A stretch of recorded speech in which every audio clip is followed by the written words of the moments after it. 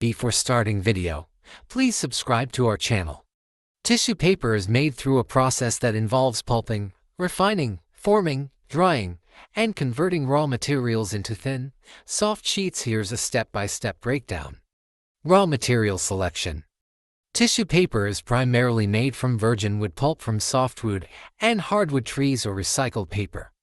Sometimes, bamboo pulp or sugarcane bagasse is used for eco-friendly alternatives. Pulping. The raw materials are mixed with water and chemicals to break them down into a slurry-like pulp. If recycled paper is used, de-inking is done to remove inks and contaminants. Refining and bleaching. The pulp is refined to improve fiber bonding.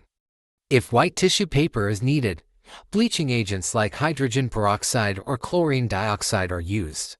Forming the tissue sheet. The pulp is spread over a wire mesh conveyor to form a thin sheet. Water is drained, and the fibers start bonding together.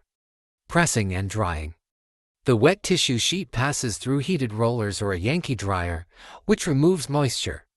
This step determines the softness and strength of the tissue. Creping. The dried sheet is lightly scraped with a blade to give it a soft, wrinkled texture. This process enhances the paper's absorbency and flexibility. Reeling and cutting.